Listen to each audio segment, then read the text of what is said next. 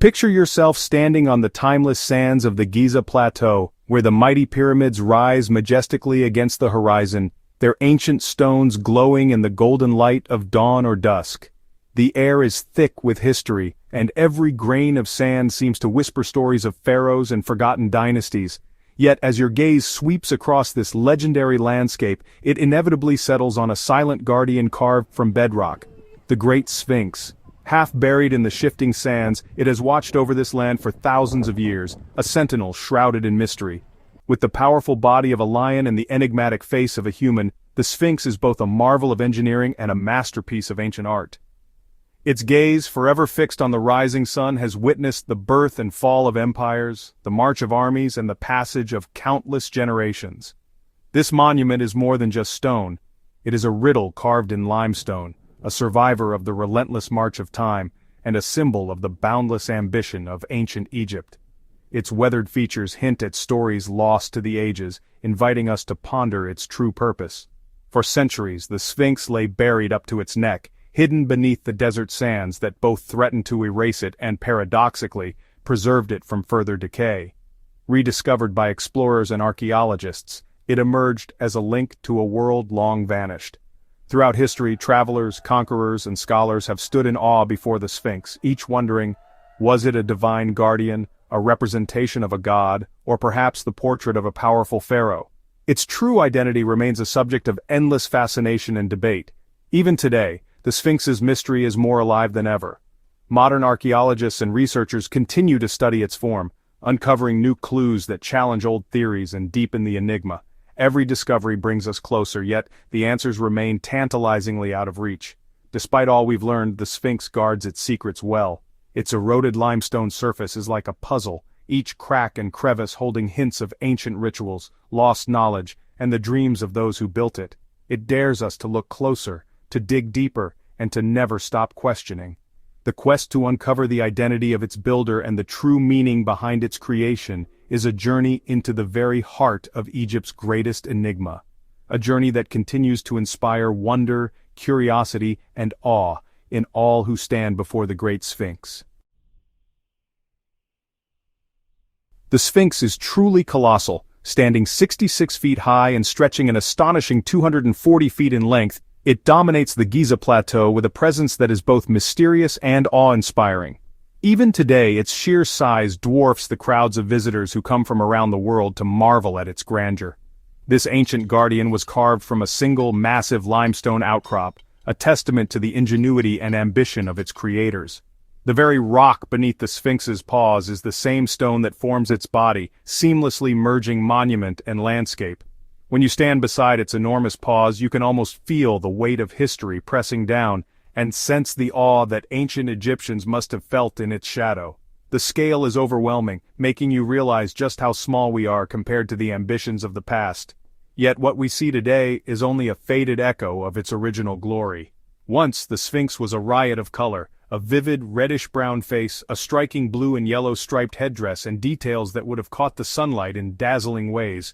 It even wore a painted ceremonial beard, a symbol of kingship and divine authority, now lost to time but partially reconstructed through fragments and ancient records. Archaeologists have discovered faint traces of this ancient paint, hidden in the crevices of the stone, offering tantalizing hints of the Sphinx's lost splendor and the vibrant world of ancient Egypt. Unlike the pyramids, which were built stone by stone, the Sphinx was carved directly from the living bedrock. This feat of monolithic engineering required not only technical skill but also a deep understanding of geology and artistry. The head, sculpted from a harder layer of limestone, has withstood the ravages of time far better than the softer body, which has eroded over millennia. This difference in stone quality is why the Sphinx's face remains so striking, even as its body shows the scars of centuries. Every detail of the Sphinx was chosen for its symbolism. The powerful lion's body represents strength and royal authority, while the human head, with its serene expression, stands for wisdom, intelligence, and the pharaoh's divine role as a mediator between gods and people. Its gaze is fixed eternally eastward, toward the rising sun, symbolizing rebirth, renewal, and a divine connection to the sun god Ra. The Sphinx was never just a work of art. It was a powerful statement of royal divinity, cosmic order, and the enduring legacy of ancient Egypt's rulers. Its construction reveals a civilization that mastered both the science of stone and the art of propaganda, using monuments to project power and inspire reverence for generations. Designed to endure for eternity, the Sphinx continues to inspire awe, inviting us to imagine the vibrant colors, the bustling rituals, and the grand ambitions of the people who created it so many thousands of years ago. The Sphinx wasn't built by slaves or aliens, but by skilled Egyptian craftsmen. Archaeological evidence shows a well-fed, honored workforce, not forced labor. Using simple tools, stone hammers and copper chisels, they painstakingly revealed the Sphinx from the bedrock. The limestone quarried from around the Sphinx was cleverly repurposed to build the nearby Sphinx and Valley temples. This efficient planning links the Sphinx to a grand architectural vision. The entire complex was designed as a unified whole, both physically and spiritually.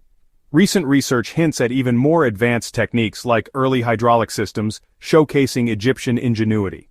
The Sphinx stands as a testament to what can be achieved with vision, skill, and determination. It's a monument to human achievement, not lost technology. The ancient Egyptians were true masters of their craft. So, who built the Sphinx? This question has fascinated historians, archaeologists, and travelers for centuries. The Sphinx, with its enigmatic gaze and monumental presence, has inspired countless theories and legends. But among all the speculation, one theory stands above the rest. Most Egyptologists point to Khafre, the powerful pharaoh of Egypt's 4th dynasty, as the mastermind behind the Sphinx. Khafre ruled during a golden age of pyramid building, and his reign was marked by grand architectural achievements. The Sphinx sits at the very heart of Khafre's pyramid complex, perfectly aligned with his pyramid and connected by a ceremonial causeway. The temples and the Sphinx itself were constructed from the same limestone quarried on site, suggesting a unified vision. Inside the Valley Temple, archaeologists discovered a striking diorite statue of Khafre. Many experts believe the facial features of this statue closely resemble those of the Sphinx, hinting at a deliberate likeness meant to immortalize the pharaoh's image in stone. Geological studies have confirmed that the massive limestone blocks used to build the temples were quarried directly from the Sphinx's enclosure. This physical connection ties the construction of the Sphinx and the surrounding temples together, supporting the idea of a single coordinated project.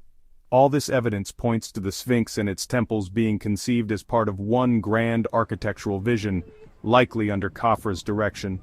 The scale and precision of the work reflect the resources and authority of a powerful ruler. Later inscriptions such as the famous dream stela placed between the Sphinx's paws mention Khafre by name. These records, though created centuries after the Sphinx was built, reinforce the enduring association between the monument and the pharaoh. Even though the Sphinx itself bears no original inscription naming its builder, the link to Khafre persisted through ancient texts, oral traditions, and the accounts of later historians. The legend of Khafre and the Sphinx became woven into Egypt's cultural memory. Today, the combined weight of archaeological discoveries, geological analysis, and historical records makes Khafre the leading candidate for the Sphinx's creator. Scholars continue to debate, but the evidence overwhelmingly points to his reign. The Sphinx stands as Khafre's eternal legacy, an awe-inspiring guardian of his pyramid, carved to proclaim his divine kingship and to watch over the Giza plateau for millennia to come. But some argue the Sphinx predates Khafre, crediting his father, Khufu, the builder of the Great Pyramid. They point to the layout of the plateau, suggesting Khafre's structures were built around an already existing Sphinx.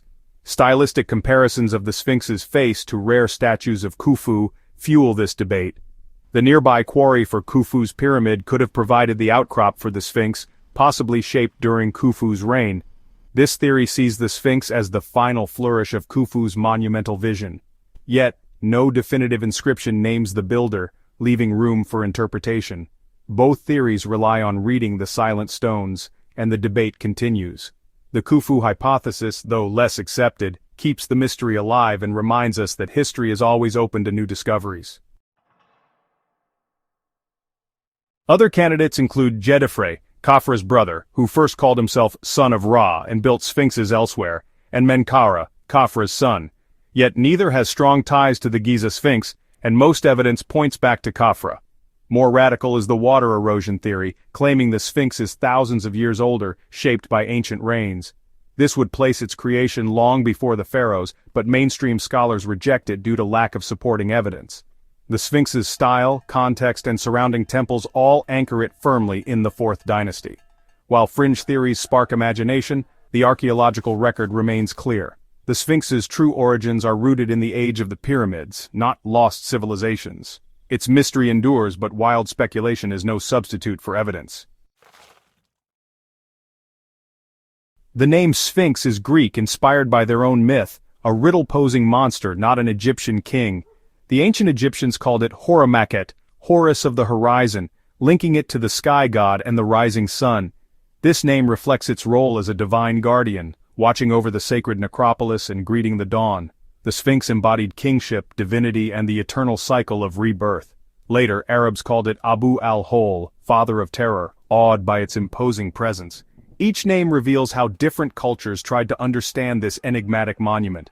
From divine protector to mythical beast, the Sphinx's identity has evolved with history. Its changing names add layers to its legend, reflecting shifting beliefs and enduring wonder.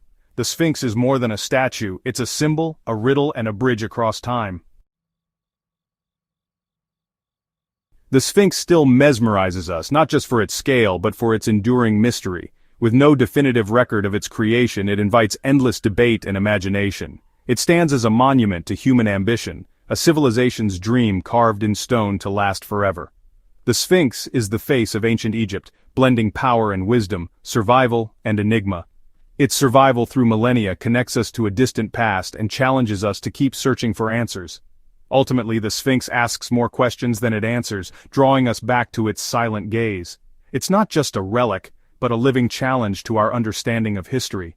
The Sphinx endures, its secrets waiting for the next generation of seekers.